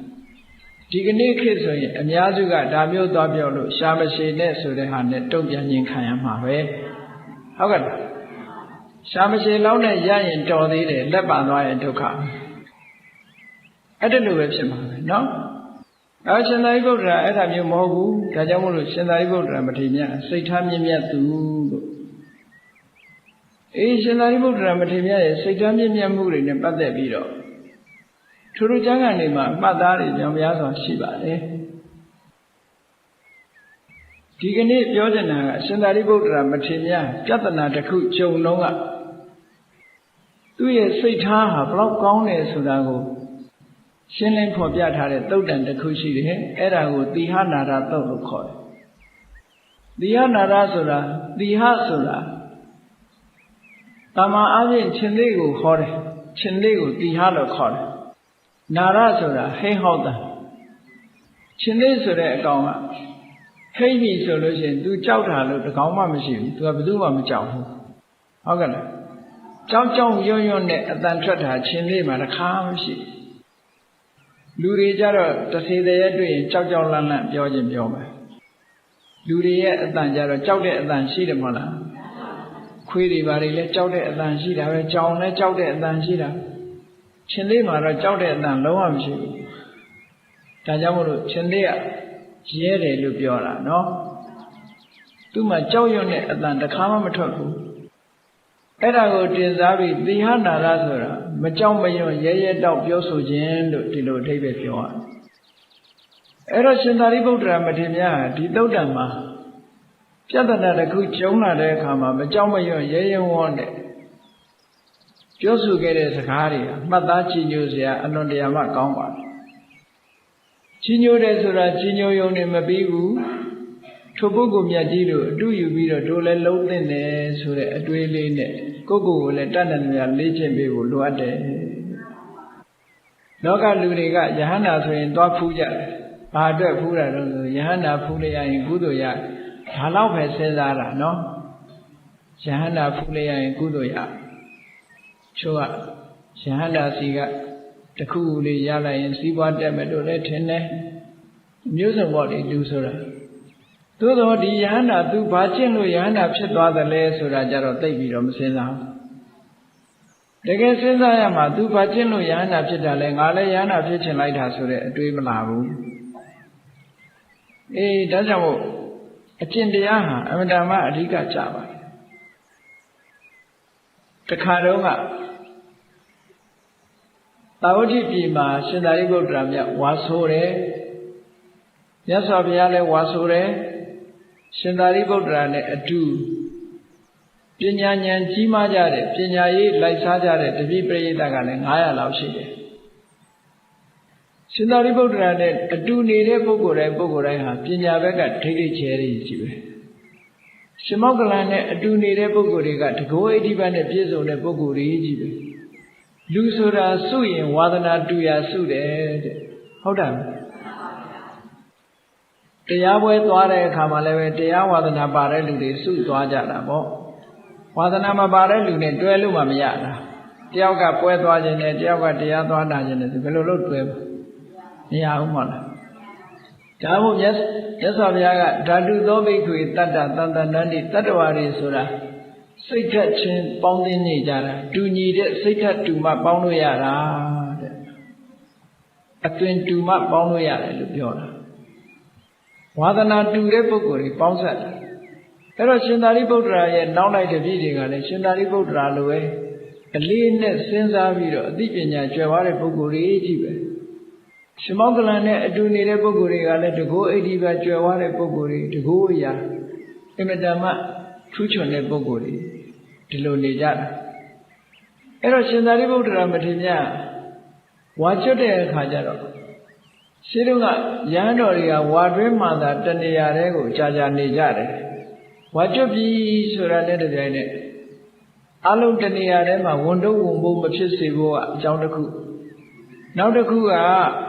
နယ်မှာနေတဲ့ပုဂ္ဂိုလ်တွေကုသိုလ်ရကြပါစေဆိုပြီးတော့နယ်စုံလှည့်လည်ပြီးတော့သွားလာကြတယ်ရှင်းတော့ဒါကိုဒေသစာတွေလှိနေတယ်လို့ပြောတာနော်အခုခေတ်ဒေသစာတွေကတော့တစ်မျိုးပဲကြီးပဲချက်ကနော်ဗမာပြည်လဲဒေသစာတွေသွားကြတာပဲလူတွေပါတော့ဖျားဘူးထွက်ကြိုက်ထီယိုးတို့ပါတော့အဲ့လိုသွားတာပေါ့ဖျားဘူးဆိုပြီးပဲလို့တကယ်တော့ဖျားဘူးတာကနဲပါလေနော်အဲ့တော့ယဟန္တာတွေကဒေသစာတွေကြွတယ်ဆိုတာရည်ရွယ်ချက်နဲ့အေးဝိလံတဲ့ဒေသတွေမှာရှိတဲ့ပုဂ္ဂိုလ်တွေတရားနာခွင့်ရပါစေတန်ဃာတော်တွေကိုဖူးပြင်ခွင့်တပ္ပနာနိသဒသနာမင်္ဂလာဖြစ်ပါစေတရားဓမ္မတွေနာယူခွင့်ရပြီးတော့ထူးခြားတဲ့အသိဉာဏ်တွေရကြပါစေကုသိုလ်ကောင်းမှုတွေပြုခွင့်ရကြပါစေဆိုတဲ့ရည်ရွယ်ချက်နဲ့ခရီးဒေသစာတွေလှိကြတာအဲ့ဒီခေတ်ကအိန္ဒိယနိုင်ငံလုံးတစ်ခွင်မှာရှင်သာရိပုတ္တရာတို့ရှင်မောက္ကလန်တို့တခါတည်းကနှစ်ပါးတူတူကြွတယ်တခါတည်းကတစ်ပါးတည်းကြွဒီနေ့တော့ရှင်သာရိပုတ္တရာမထေရမြတ်ဝါလာကျွတ်တော့ဘုရားစီသွားခွင့်ပန်တယ်အရှင်ဘုရားတဲ့ဝါလာကျွတ်ပြီတပည့်တော်ခရီးဒေသစာကြီးကြွသွားကြပါတယ်ခွင့်ပြုတော်မူပါလို့ဘုရားစီလာပြီးတော့ခွင့်တောင်းပြီးတော့ရှင်သာရိပုတ္တရာမထေရမြတ်ကကျောင်းတော်ကထွက်သွားတာသူ့နောက်ပါတပည့်တွေနဲ့ထ ထွက်သွားပြီဆိုတဲ့အခါမှာယဟန်တစ်ပါးကမြတ်စွာဘုရားကိုသွားတိုင်တယ်ရှင်သာရိပုတ္တရာဘုရားတဲ့တပည့်တော်ကိုတိုက်ခိုက်ပြီးတော့နော်သူ့ကိုတိုက်မိသွားတော့ပေါ့လေမတော်တဆသူ့ခြေထောက်နဲ့ခတ်မိတယ်လို့ဘာလို့ပေါ့ဒီလိုတစ်ခုခုပေါ့ရှင်သာရိပုတ္တရာကသူ့ကိုခြေထောက်နဲ့ခတ်မိသွားပြီးတပည့်တော်ကိုမတောင်းပန်ပဲနဲ့အခုခရီးထွက်သွားတယ်ဗမာလိုချက်ပြောရမယ်ဆိုရင်ဒီကိုယ်တော်မာနကြီးတယ်ငါတပည့်ကြီးဆိုပြီးတော့မင်းကိုငါကူးမဆိုင်ဘူးဆိုတဲ့ပုံစံနဲ့တပည့်တော်ကိုစော်ကားမော်ကားလှုပ်သွားပါလေဘုရားသွားတိုင်တာကိုယ်တော်ကပြဿနာဆိုတာလည်းရှိတတ်တယ်နော်အမှန်ကတော့မတော်တဆလေးတရက်သွားတာဖြစ်ပါလိမ့်မယ်ရှင်သာရိပုတ္တရာမထေရမြတ်ကသူ့နားလေးကဖြတ်သွားတဲ့အခါကျမတော်တဆသင်္ကန်းစာကလေးကတိုက်မိတာဖြစ်ပါလိမ့်မယ်အဲ့ဒါလို့တိုက်မိသွားတာကိုရေးကြီးခွင်ကျယ်လုပ်ပြီးတော့သူ့ကိုမတောင်းပန်ပဲသွားရကောင်းလားဆိုဘုရားသွားတိုင်တော့မြတ်စွာဘုရားရဲ့ထုံးတမ်းစင်လာဘယ်တော့ပဲဖြစ်ဖြစ်ကာယကံရှင်ကိုခေါ်မေးပြီးမှလုပ်လို့ရှိတယ်ဘယ်တော့မှငါဘုရားပဲငါသိတယ်အမှန်ကန်ဆိုဘယ်တော့မှမဆုံးဖြတ်ဘူးဘုရားဒါလည်းအမတန်မှတ်သားစင်တာနော်ကာယကံရှင်ခေါ်မေးမယ်ဒီကောင်းပြီဆိုပြီးတော့ယဟန်တစ်ပါးကိုလွှတ်လိုက်တယ်သာရိပုတ္တရာကိုလိုက်ခေါ်စမ်းဆိုတော့ဟိုကဒီသစ္စာကြီးကြွတော့ပြင်မဲ့ထွက်သွားပြီကိုတော်လေးတစ်ပါးတုံနောက်ကလိုက်ပြီးတော့အရှင်ဘုရားဘုရားကရှင်ဘုရားကိုခေါ်နေတယ်ပြန်ကြွပါအောင်အဲ့မှာရှင်သာရိပုတ္တရာမထေရမြတ်ပြန်ရောက်ဘုရားရှိပြန်ရောက်လာတဲ့အခါမှာရှင်မောက္ကလန်တို့ရှင်အနန္ဒာတို့ကလည်းဟာအကြောင်းကိစ္စတော့ရှိပြီပေါ့ရှင်သာရိပုတ္တရာမထေရမြတ်ကိုဆွဆွဲမှုတွေဖြစ်နေပြီအဲ့တော့တို့တွေဘယ်လိုပြဿနာလဲဆိုတာကိုရှင်သာရိပုတ္တရာမထေရမြတ်ရဲ့ဒီပြဿနာကိုဖြေရှင်းကင်တွယ်ပုံကိုတို့နားထောင်ကြရအောင်ဆိုပြီးတော့ယဟန်တော်တွေကိုအကုန်လိုက်ခေါ်တယ်ကျောင်းထဲကိုတော်တို့ထွက်ကြရှင်သာရိပုတ္တရာမထေရမြတ်ကမြတ်စွာဘုရားကမေးတဲ့အခါမှာရဲတင်းမှန်ကန်လျှောက်ထားတဲ့စကားတွေကြားကြရအောင်နားထောင်ကြရအောင်ကိုတော်တို့ထွက်ကြဆိုတကြောင်းလုံးကိုတော်တွေအဲ့ဒီမှာစုမိသွားတယ်ပေါ့ရှင်သာရိပုတ္တရာမထေရမြတ်ဘုရားရှင်ရောက်စိတ်ကိုဝါချထိုင်းနေတဲ့အချိန်မြတ်စွာဘုရားကမေးတယ်သာရိပုတ္တရာတဲ့တရင်သုံးမော်ယဟန်တစ်ပါးကတင့်ကိုဆွတ်ဆွဲပြီးတော့ပြောနေတယ်သူ့ကိုတိုက်ခိုက်သွားပြီးတော့မတောင်းပန်ပဲနဲ့ဒေသစာတွေထွက်သွားတယ်လို့ဆွဲချက်တင်ထားနေတယ်လာပြီးတော့တိုင်တန်းနေတယ်မြတ်စွာဘုရားကဟုတ်သလားလို့ရှင်သာရိပုတ္တရာအဲ့ဒါဟုတ်သလားလို့မေးလိုက်တော့ရှင်သာရိပုတ္တရာမထေရမြတ်ကပြန်လျှောက်တာအရှင်ဘုရားတဲ့ကာယကတတတိလို့ဆိုရဲကိုယ်ခန္ဓာကိုယ်ပေါ်မှာတတိကွာနေတဲ့ပုဂ္ဂိုလ်မျိုးသားအဲ့ဒါလိုဖြစ်မှာပါတဲ့တပည့်တော်ရဲ့ခန္ဓာကိုယ်မှာအမြဲတမ်းတတိကပ်နေတာဖြစ်တဲ့အတွက်ကြောင့်တရင်သုံးဖို့ပုဂ္ဂိုလ်တူကိုတိုက်ခိုက်ပြီးတော့မတောင်းပန်မဲနဲ့သွားတယ်ဆိုတာမဖြစ်နိုင်ပါဘူးဆိုလိုတာသူမဟုတ်ပါဘူးပေါ့နော်ပြောပြီးတော့ရှင်သာရိပုတ္တရာမထေရမြတ်ကသူ့ရဲ့စိတ်ဓာတ်တွေကိုဘယ်လိုပြောလို့ဆိုအရှင်ဘုရားတဲ့တပည့်တော်ဟာပထဝီသမစိတ်ဓာတ်မြေကြီးနဲ့အလားတရံတူတဲ့စိတ်နဲ့နေပါတယ်တပည့်တော်ရဲ့စိတ်ထားဟာမြေကြီးနဲ့အလားတရံတူပါမြေကြီးပေါ်ကိုလူတွေကယွန်စရာတွေလည်းချကြတာယွန်စရာတွေလည်းတင်ကြနော်မြေကြီးပေါ်ကိုကျင်ကြီးစွန့်တယ်ကျင်ငယ်စွန့်တယ်အမျိုးစုံလုပ်ကြတယ်တူးကြတယ်ဆွကြတယ်မြေကြီးဆိုလို့ရှိရင်ဘယ်သူမှဂရုမစိုက်ဘူးအညီကြီးမှန်သမျှမြေကြီးပေါ်ပုံတယ်ဘယ်လိုလုပ်မြေကြီးကစိတ်ဆိုးမှန်ဆိုးနဲ့ပြန်ပြီးတော့တုံ့ပြန်တာများရှိလား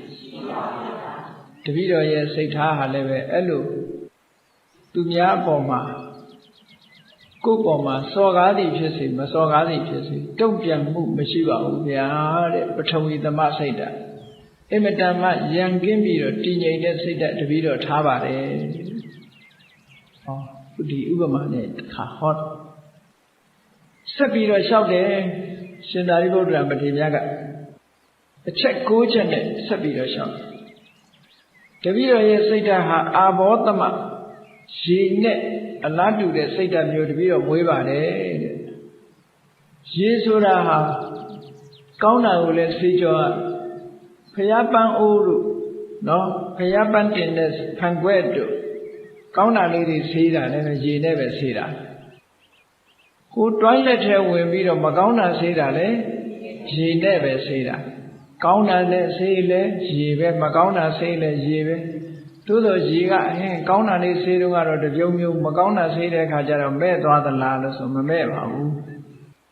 ရေဟာကောင်းတာဆိုးတာနဲ့ကြုံတွေ့ပြီမဲ့လို့အပြောင်းအလဲမရှိသလိုတပည့်တော်ရဲ့စိတ်ဓာတ်ဟာကိုယ့်ပေါ်မှာစော်ကားသည်ဖြစ်စေချီးမွမ်းသည်ဖြစ်စေပြောင်းလဲမှုမရှိပါဘူးတဲ့အဲ့ဒီအာဘောဓမစိတ်ဓာတ်နဲ့တပည့်တော်ဟာကျင့်သုံးနေထိုင်တာဖြစ်ပါတယ်ဒါကြောင့်မို့လို့သတင်းသုံးဖို့တယောက်ကိုတိုက်ခိုက်ပြီးတော့မတောင်းပန်မဲနဲ့ထွက်သွားတယ်ဆိုတော့မဖြစ်နိုင်ပါဘူးမဟုတ်ပါဘူးလို့ရှောက်နောက်တပည့်တော်ရဲ့စိတ်ဓာတ်ဟာတေဇောသမမီးနဲ့အလားတရံတူတဲ့စိတ်ဓာတ်ပါတဲ့မီးနဲ့အလားတရံတူတာဆိုတာမီးဟာကောင်းတာလဲလောင်တာပဲမကောင်းတာလဲလောင်တာပဲမီးတွေကိုယွန်စရာထည့်လို့မီးဟာဟေ့ယွန်စရာကြီးငါမလောင်ဘူးလို့ပြောပါမလားပန်းကလေးထည့်လို့လောင်ပန်းလေးကတော့လှတယ်ဆိုပြီးတော့မီးကလောင်ပေမဲ့မစင်ထည့်တဲ့အခါကျတော့ယွန်စရာကြီးဆိုမလောင်ပဲနေပါမလားကောင်းတာလဲလောင်တယ်မကောင်းတာလဲလောင်တယ်ယွန်စရာလဲလောင်တယ်ယွန်စရာမဟုတ်တာလဲလောင်တယ်ပြီးမှခွဲခြားဆက်ဆံတာမရှိဘူးတဲ့အဲ့ဒါတော့ပဲတပည့်တော်ရဲ့စိတ်ဟာတေဇောသမမိများလည်းပဲခွဲခြားဆက်ဆံမှုမရှိပါဘူးလို့ဒီလိုရှောက်နောက်တပည့်တော်ရဲ့စိတ်ဟာဝါယောသမလေနဲ့အလားတရတူရတယ်တဲ့လေဆိုတာကောင်းတာကိုလေဝိကြိုင်နဲ့အနံလေးကိုလေတိုက်သွားတာပဲဟိုးနန်းစော်တဲ့အပုပ်နံကြီးတွေရောတိုက်မလာဘူးလားမွေးကြိုင်တဲ့အနံကလေးတိုက်တယ်လို့ပဲနန်းစော်တဲ့ခွေးသိပ်ဘုံနဲ့အနံမျိုးတွေလည်းပဲတိုက်လာတာပဲငပိဘုံအနံလည်းတိုက်လာတာပဲဒွင်းသီးနံလည်းတိုက်လာတာပဲဟုတ်ကဲ့ဒါကြီးကတော့နံလို့ဆိုပြီးတော့သူချာမထားခဲ့ဘူးပေါ့အဲ့ဒါလိုပဲတပည့်တော်စိတ်ဓာတ်ဟာကောင်းတာဖြစ်ဖြစ်ဆိုးတာဖြစ်ဖြစ်တုံလုံးမှုပြောင်းလဲမှုမရှိတဲ့ဝါယောသမစိတ်ဓာတ်မျိုးဖြစ်ပါတယ်ဗျာအဲ့ဒီလိုနေကျင့်သုံးနေထိုင်တာပါလို့ရှောက်တယ်တန်ဃာတွေကလည်းတိတ်ပြီးတော့နားထောင်ရှင်သာရိပုတ္တရာမထေရသူ့ကိုယ်သူနှိမ့်ချပြီးတော့ရှောက်နေတာနော်သတင်းသုံးဖို့တူကိုစော်ကားဖို့ဆိုတာမဖြစ်နိုင်သူ့စိတ်ဟာအဲ့လောက်ထိအောင်စိတ်ထားမြင့်မြတ်တယ်ဆိုတာကိုရှောက်တယ်နောက်တစ်ခုကျတော့ဘာရှောက်တုံးဆိုရင်တပည့်တော်ရဲ့စိတ်ဟာဘာနဲ့အလားတရံတူတုံးဆိုလို့ရှိရင်ခြေတုပ်ပစိုးနဲ့အလားတရံတူပါတယ်ဗျာခြေတုပ်ဘဝခြေတုပ်ဘဝဆိုတာကောင်းတာဘယ်သူတုပ်မလဲခြေထောက်မှာပေးလာတဲ့အရာတွေမှန်သမျှခြေတုပ်ဘဝနဲ့တုပ်ကြတယ်မဟုတ်လားညနေတုပ်ဘဝပြောတာမဟုတ်ဘူးခြေတုပ်ဘဝနော်ကဲတကယ်ကိုဖျားပြီးလို့ရှိရင်ပညာဉာဏ်အထက်မြတ်ဆုံးပုဂ္ဂိုလ်ကသူ့ကိုယ်သူခြေတုပ်ပစိုးလောက်ပဲစိတ်ဓာတ်ဟာအဲ့လောက်ထိအောင်နှိမ့်ချထားတယ်ဆိုအဲ့ဒီလိုနှိုင်းရှင်ပြီးတော့ပြောတဲ့အခါမှာပုရုဇဉ်ယဟန်တွေကမျက်ရည်တွေပေါက်ပေါက်ချကြတယ်ရှင်သာရိပုတ္တရာဒီလောက်ဂုဏ်ကြီးတဲ့ပုဂ္ဂိုလ်ဟာသူ့ကိုယ်သူခြေတုပ်ပစိုးလို့ဆိုတော့မာမနတရားဘလောက်နှိမ့်ချတယ်ဟုတ်လားတာမန်ပုဂ္ဂိုလ်တွေကအဲ့ဒီလောက်ထိအောင်မနှိမ့်နိုင်ဘူးနော်ငါဆိုတဲ့မာနဒီတာမန်ပုဂ္ဂိုလ်မပြောနဲ့တရောင်းစားကတော့အဲ့လောက်မနှိမ့်ဘူးနှိမ့်ရလားတရောင်းစားခေါ်ပြီးတော့အလုပ်လုပ်ခိုင်းမလုပ်ဘူးငါတရောင်းစားမင်းပေးတဲ့ငွေလေးလောက်တော့ခယူးမဆိုင်ဘူးဟုတ်လားတရောင်းစားလားတောင်းမစားနဲ့ဒီနာတပြည့်စီးတွေလှဲပြီးတော့ရှင်ငါပတ်စံ90ပေးမယ်ဆိုဟုတ်မလုပ်ဘူးတရောင်းစားရဲ့မာနဒီ90လောက်များအရေးမကြီးဘူးအရေးမပါမင်းပေးမဲ့ငွေ90ခယူးမဆိုင်တောင်းလိုက်ရင်ဒီတဲ့ရဟုတ်ကဲ့အဲ့တော့ရှင်သာရိပုတ္တရာမထေရသူ့စိတ်ကိုသူနှိမ့်ချလိုက်တာရဇောဟရဏမြူမုံတွေကိုတုတ်လိမ့်ရတဲ့အညစ်အကြေးတွေကိုတုတ်ပစ်တယ်ခြေတုပ်ပစိုးခဲ့လို့သူ့စိတ်ထဲမှာဒီလိုပဲထားပါတယ်တဲ့ဘု து ပေါ်မှာမောက်မာမဆက်ဆံပါဘူးဒီလိုဟောတယ်ပုရုဇဉ်ယဟန်တွေမှာဝမ်းနဲ့ကြည်ကွဲမှုဒီတန်ကြားတဲ့အခါမှာဖြစ်ကြတယ်နောက်တစ်ခုကဘလောက်တော့တပည့်တော်ရဲ့စိတ်ဓာတ်ဟာအများပေါ်မှာဘလောက်ထိအောင်နှိမ့်ချထားတော့လို့ဆိုလို့ရှိရင်အိန္ဒိယနိုင်ငံမှာစန္ဒာလဆိုတဲ့အမျိုးရှိတယ် ဗမာလူပြန်တော့ဒွန်းစန္ဒာမျိုးလို့ခေါ်တာပေါ့သရောင်းစားကဲပါမျိုးပေါ့အင်မတန်မှအောက်တန်းကြတဲ့အောက်ကစ်လို့ခေါ်စန်းနေနေဒီကနေ့ဒီအောင်အိန္ဒိယနိုင်ငံမှာစန်းနေနေဟာအနှိမ်ခံရတာရှိတယ်ပေါ့စန်းနေနေဘုန်းကြီးတို့အိန္ဒိယသွားတော့ကအတွေ့အကြုံလေးတစ်ခုပြောပြစန်းနေနေဟာစမ်းမြင့်နေရဲ့အနိုင်ကျင့်မှုအများရန်ခံရအိန္ဒိယသွားတော့ဗာရာဏသီမှာ BHU Hindu ဗာရာဏသီ Hindu University ကိုအတူကောက်ခါတော့ BHU လို့ခေါ်တယ် BHU အဲ့ဒီတက္ကသိုလ်ကြီးကိုသွားပြီးတော့ပြန်လာတဲ့အခါကျတော့အိန္ဒိယမှာရှိတဲ့သုံးဘင်းကားလေးကိုစီးလာနှစ်ပါးတူလို့အဲ့တော့သုံးဘင်းကားမှာနောက်ထပ်ထိုင်ကုန်နှစ်ခုပိုးနေသေးတယ်လမ်းရောက်တဲ့အခါကျတော့ကျောင်းသား2ယောက်တက်လာကျောင်းသား2ယောက်တက်လာပြီးတော့အဲ့ကားပေါ်မှာတူတူစီးပြီးတော့သူတို့ဆင်းမဲ့နေရာရောက်တော့ဘုန်းကြီးတို့မဆင်းခင်ပဲသူတို့နေရာရောက်တော့ဆင်းကြတယ်ပေါ့ဆင်းတဲ့အခါမှာပတ်စံပေးမသွားဘူးဒီတိုင်းခတ်တီတီဆင်းသွားတယ်အဲ့သုံးမင်းကားမောင်းတဲ့ဒရိုင်ဘာကစမ်းနေပြောလိုက်တောင်းပတ်စံပေးဖို့ပြောတယ်ဟိုကောင်လေးကမျက်စောင်းတစ်ချက်ထိုးကြည့်သွားဘာမှပြောရတော့ဆက်မောင်းသွားရှင်နော်မျက်စောင်းကလေးတစ်ချက်ပဲထိုးလိုက်တာပတ်စံမတောင်းရဘူးအဲ့ဒါဇမ်းမြင့်နဲ့ဇမ်းနေမေးကြည့်လိုက်တော့ဟာဒီကောင်လေးကဘာလို့မပေးတာသူတို့ကဇမ်းမြင့်နေတဲ့ဇမ်းမြင့်နဲ့ဇမ်းနေဆိုမရှင်းရဘူးဒီကနေ့ထိကြောက်ကြတော့အဲ့လိုအဲ့တော့စန္ဒာလဆိုတာအင်မတန်မှအပေခံဘဝမှာမွေးလာကြတဲ့ပုဂ္ဂိုလ်တွေပေါ့အိန္ဒိယမှာဆိုဘယ်သူတွေကမှအဖက်မလုပ်သူတို့ကိုလေတင်ကလည်းသွားလို့မရဘူးသူတို့ ਨੇ untouchable လို့ခေါ်တယ်သူတို့ကိုမထိရအောင်စမ်းနေလို့ထိရင်လူတွေကတဏှတယ်ပေါ့အဲဒါကြောင့် untouchable လူချင်းတောင်မှနော်မထိရဘူးဆိုတဲ့လူတွေရှိသေးတယ်အဲ့ဒီစန္ဒာလသူတို့သားနဲ့စန္ဒာလသူတို့သမီးဟာအဝတ်စုပ်ကလေးဝတ်ပြီးတော့ခွက်ကလေးနဲ့ထမင်းလေတောင်းတဲ့အခါကျတော့ဘယ်လိုစိတ်ဓာတ်နဲ့တောင်းမလို့သူတို့စိတ်ဟာအစွမ်းကုန်နှိမ့်ချထားတဲ့စိတ်ပဲဖြစ်မှာပေါ့ဟုတ်တယ်မလားမျက်နှာချိုလေးသွေးပြီးတော့အစွမ်းကုန်နှိမ့်ချထားတဲ့မာမနဆိုတာလုံးဝမရှိဘူးရှစ်အကျဉ်းချင်းခိုးပြီးတော့ကြော့ပြီးတော့ဘယ်သူပေါ်မှာမာမနမထားရဘူးထမင်းလေးတစ်လုံးစားဖို့ရအတွက်ရိုဒီလေးတစ်ချက်ရဖို့ရအတွက်လိုက်ပြီးအဲ့လိုတောင်းတပည့်တော်လည်းပဲအဲ့ဒီလိုစန္ဒာလသူငယ်စန္ဒာလသူငယ်မတွေရဲ့စိတ်ဓာတ်အတိုင်းပါပဲတဲ့တပည့်တော်စိတ်ကိုအမြဲတမ်းနှိမ့်ချထားပါတယ်ဟောဒိဋ္ဌိကျဲပညာရှိကြီးကပြောတာနော်အေးသူလောက်ပညာမရှိတဲ့ပုဂ္ဂိုလ်တွေကထောင်လုပ်တယ်ထောင်လုပ်တယ်အဲ့ဒါကိုဥပမာပေးတဲ့အခါကျတော့လေခွင်းထဲကိုသွားကြည့်စဘာပင်တွေစိုက်ထားစဘာပင်တွေစိုက်တော့စဘာအသီးစဘာသီးတွေတီးလာတဲ့အခါမှာစဘာအသီးထဲမှာစဘာသီးတွေထဲမှာအဆံမပါတဲ့အသီးတွေကထောင်လုပ်တယ်အထဲထဲကအဆံပြေးလာတဲ့ဟာတွေကအကုန်ငိုက်ကြကုန်ဟုတ်ကဲ့ရှင်သာရိပုတ္တရာကလည်းဘာဖြစ်လို့ဒီလောက်နှိမ့်ချတာတော့ဆိုအဆံပြေးလို့နှိမ့်ချတာထောင်လုပ်တဲ့လူကအဲ့ဒါအဆံမရှိလို့ထောင်လို့ရတာကြားလားမာနဆိုတာလုံးဝမရှိဘူးတဲ့သူစိတ်ဟာအမြဲတမ်းနိစ္စစိတ်ဓာတ်အများပေါ်မှာမာနမထားဘဲနဲ့အလွန်နှိမ့်ချတဲ့စိတ်ထားပါတယ်ဆိုတာကိုရှောက်ယဟန်နေစိတ်မကောင်းဖြစ်ကြတယ်ပုထုဇဉ်တွေမျက်ရည်မစီနိုင်ကြဘူးဘာဖြစ်လို့လဲဆိုဖျားပြီးရင်အကြီးဆုံးအက္ခသဝကကြီးကဒီစကားတွေကိုရှောက်နေတာနော်တာမန်ပုဂ္ဂိုလ်မဟုတ်ဘူးလောကမှာ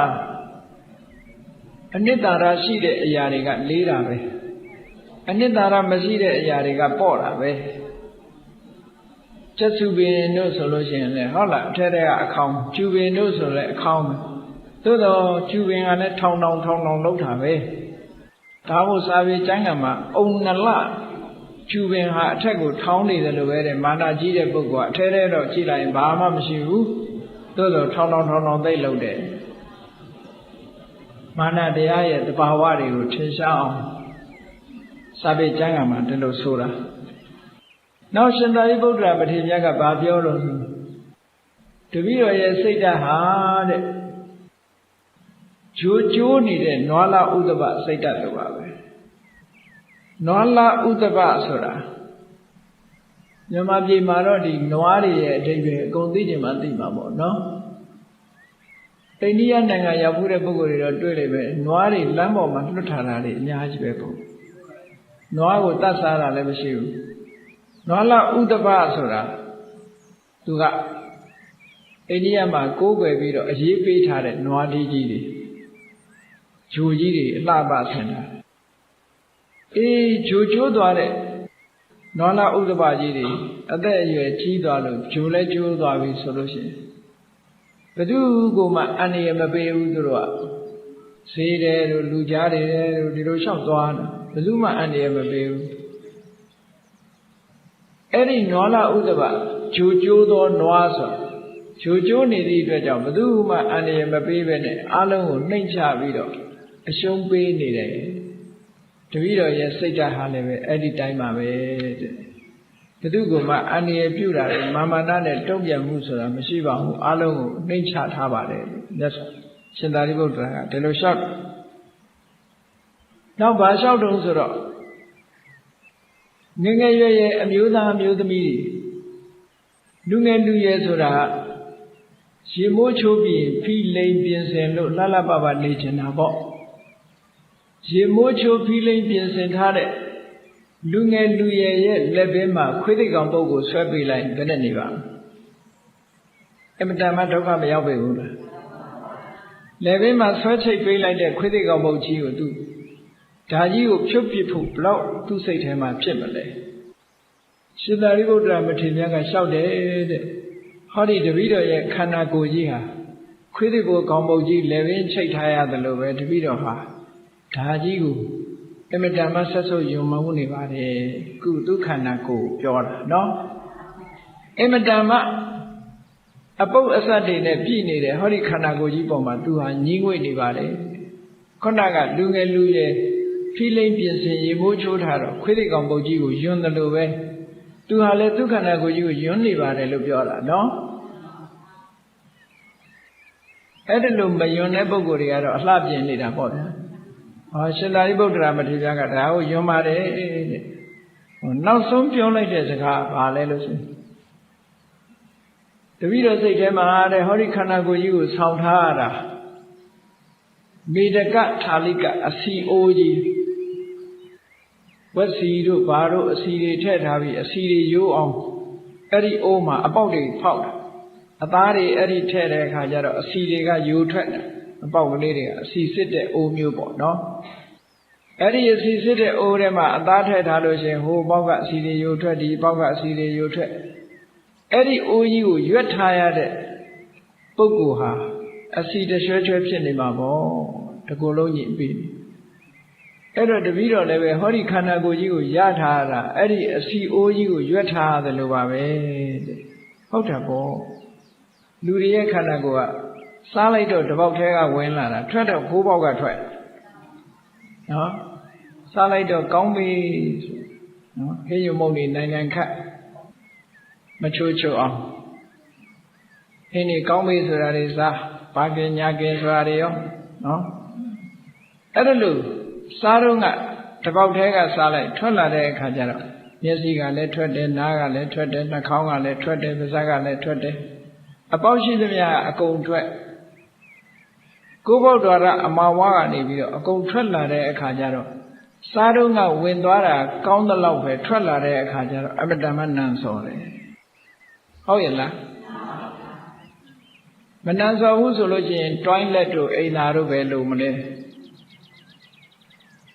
အထက်ကရာဝိတ္တုရိမေအထက်ကရာကြီးမှာရေးထားတာနော်လူတွေကစားတော့ကတော့တဲ့ဝိုင်းဖွဲ့ပြီးတော့ပြောပြောပါပါစားတယ်တဲ့အဲ့ဒီစားထားတဲ့အစာတွေကိုထုတ်ပြတဲ့အခါကျတော့တယောက်တည်းတိတ်တိတ်ကလေးပုံချက်ချပြီးတော့ထုတ်တယ်တဲ့ဒါတွေးကြည့်လေတွေးကြည့်စရာမလိုပါဘူးသိတာအဲ့ဒါလို့ မေတကထာလိကအစီအိုးကြီးရွတ်ထားရတယ်လို့ခန္ဓာကိုယ်ကလည်းပဲဟိုးအပေါက်ကယူထွက်ဒီအပေါက်ကယူထွက်နေအဲ့ဒါလို့စိတ်ဖြစ်เสียအလွန်ကောင်းတယ်ပိတ်ထားလို့လည်းရတာမှမဟုတ်တာဟုတ်ကဲ့လားပိတ်ထားလို့မရဘူးကိုယ်ပေါက်တော်ရအမာဝါထွက်လာတာတွေကလည်းအမတန်မှဆွဆွဆရာတွေကြီးပဲထွက်တယ်အဲ့ဒါလို့ခန္ဓာကိုယ်ကြီးကိုတပည့်တော်ညီးငွေလှပါတယ်ဗျာအဲ့ဒီခန္ဓာကိုယ်ကြီးရဲ့ညီးငွေမှုညီးငွေเสียကောင်းတဲ့အချက်ကာယကတာကတတိပွားထားလို့သိတာနော်ခန္ဓာကိုယ်ကြီးရဲ့အနေအထားကိုအမြဲတမ်းတပည့်တော်တတိကပ်ပြီးတော့နေတဲ့ပုဂ္ဂိုလ်ဖြစ်ပါတယ်တဲ့အဲ့ဒါလို့တတိထားနေတဲ့ပုဂ္ဂိုလ်တယောက်ကသတင်းသုံးဖို့တူတယောက်ကိုတိုက်ခိုက်ပြီးတဲ့နောက်မှာမတောင်းပန်မဲနဲ့ခရီးတည်စာကြီးထွက်သွားတယ်ဆိုတာမဖြစ်နိုင်ပါဘူးခင်ဗျာလို့ဒီလိုဥပမာ၉ချက်နဲ့ရှင်သာရိပုတ္တရာမထေရမြတ်စွာဘုရားကိုလျှောက်ထားတဲ့အခါကျတော့ဘာဖြစ်တုံးဆိုတော့ဟိုဆွဆွဲတဲ့ကိုယ်တော်ဒုက္ခရောက်ဆွဆွဲတဲ့ကိုယ်တော်တခါတည်းတကုတ်လုံးပူးထူပြီးတော့သူကတော့မဟုတ်ဘူးရှင်သာရိပုတ္တရာကသူ့ကိုနှုတ်ဆက်သွားစေချင်တာတဲ့ရှင်သာရိပုတ္တရာကသူ့ကိုနှုတ်မဆက်လို့သူကမကျေနပ်တာဆိုလိုတာကခုခေတ်လည်းရှိတာပဲလူကြီးကကိုယ့်ကိုဦးစားပေးတာကြိုက်တယ်ဦးစားမပေးရင်သူ့ကိုအရေးမလုပ်ဘူးဆိုပြီးတော့အဲ့ဒါလိုလုပ်တဲ့သဘောအဲ့ဒီကိုယ်တော်ကသူ့ကိုနှုတ်မဆက်လို့ဆိုပြီးတော့ရှင်သာရိပုတ္တရာဘုရားတိုင်တာအဲ့ဒီမှာဒီလိုရှင်သာရိပုတ္တရာကလျှောက်ထားတဲ့အခါမှာသူ့တကိုယ်လုံးပူးထူပြီးတော့ဘုရားကိုထားပြီးတော့တောင်းပန်နေရှင်ဘုရားတပည့်တော်မဟုတ်မတရားတွေဆွဆွဲမိပါပြီဆိုပြီးတော့ဘုရားလျှောက်တော့မြတ်စွာဘုရားကအေးကိုယ့်အပြစ်ကိုမြင်ပြီးတော့တရားနိလန်းတိုင်ကုစားတာမှန်တယ်ကုစားပြီးတော့နောင်ကိုဒါမျိုးမဖြစ်အောင်ထိန်းသိမ်းစောင့်ရှောက်ရမယ်ဆိုပြီးတော့မြတ်စွာဘုရားကသာရိပုတ္တရာတဲ့ဒီအသိဉာဏ်မရှိတဲ့ယဟန်မောဂပုရိသဘာမှတန်ဖိုးမရှိတဲ့ပုဂ္ဂိုလ်သိခံလိုက်ပါလို့ဆိုရှင်သာရိပုတ္တရာမထေရကတောင်းပန်တယ်အရှင်ဘုရားတပည့်တော်ပေါ်မှာအပြည့်ရှိရင်ခွင့်လွတ်ပါတပည့်တော်ကလည်းရှင်ဘုရားပေါ်ခွင့်လွတ်ပါတယ်လို့မြတ်စွာဘုရားကရှင်သာရိပုတ္တရာကသာမတောင်းပန်မဲနဲ့နေမယ်ဆိုရင်ဒီကိုယ်တော်ကောင်းဟာခုနှစ်စိတ်ကွဲသွားနိုင်တယ်ပေါ့ဟုတ်ကဲ့လားဘာကြောင့်ခုနှစ်စိတ်ကွဲတာဆိုတာတော့မပါဘူးပေါ့သို့တော်လည်းပဲကြည့်မယ်ဆိုလို့ရှိရင်နော်သူဟာစိတ်သောကတွေအကြီးကျယ်ရောက်ပြီးတော့အုံနောက်သွေးကြောပြတ်သွားတာလည်းဖြစ်ချင်းဖြစ်ပါပေါ့နော်အဲ့ဒီလိုဒုက္ခတွေရောက်သွားလိမ့်မယ်ရှင်သာရိပုတ္တရာကတောင်းပန်ပေးလိုက်တယ်အဲ့ဒီကြတော့မှအားလုံးဟာပြင်းငိမ့်ပြီးတော့ဒီကိုယ်တော်ရဲ့မဟုတ်မှလှုပ်ဆက်ထွင်ပြီးတော့ရှင်သာရိပုတ္တရာကိုဆွဆွဲပြောဆိုတယ်ဆိုတာလည်းပေါ်လွင်ပြီးတော့သွားတယ်အဲ့ဒါဟာရှင်သာရိပုတ္တရာမထေရမြတ်ဟာစိတ်ထားမြင့်မြတ်သူဖြစ်ပါတယ်ပေါ့အဲ့ဒီလိုအများပေါ်မှာသဘောထားနိုင်တဲ့ပုဂ္ဂိုလ်ရဲ့စိတ်ထားမျိုးကသာလေမြင့်မြတ်တဲ့စိတ်ထားအဲ့ဒီစိတ်ထားမျိုးရှိသူကသာလေစိတ်ထားမြင့်မြတ်သူလို့ဖြစ်မှာဒါကြောင့်မို့ဘုန်းကြီးတို့တွေစိတ်ထားမြင့်မြတ်သူဖြစ်အောင်ကာယကတသတိကမ္မထံကိုသေချာစွာကျင့်ကြံကြိုးကုပ်အားထုတ်ခြင်းဖြင့်စိတ်ထားမြင့်မြတ်တဲ့ပုဂ္ဂိုလ်အဆင့်သို့ရောက်သွားအောင်ကျင့်ကြံကြိုးကုပ်အားထုတ်ကြပါစို့အားထုတ်နိုင်ကြပါစေကုန်သတည်း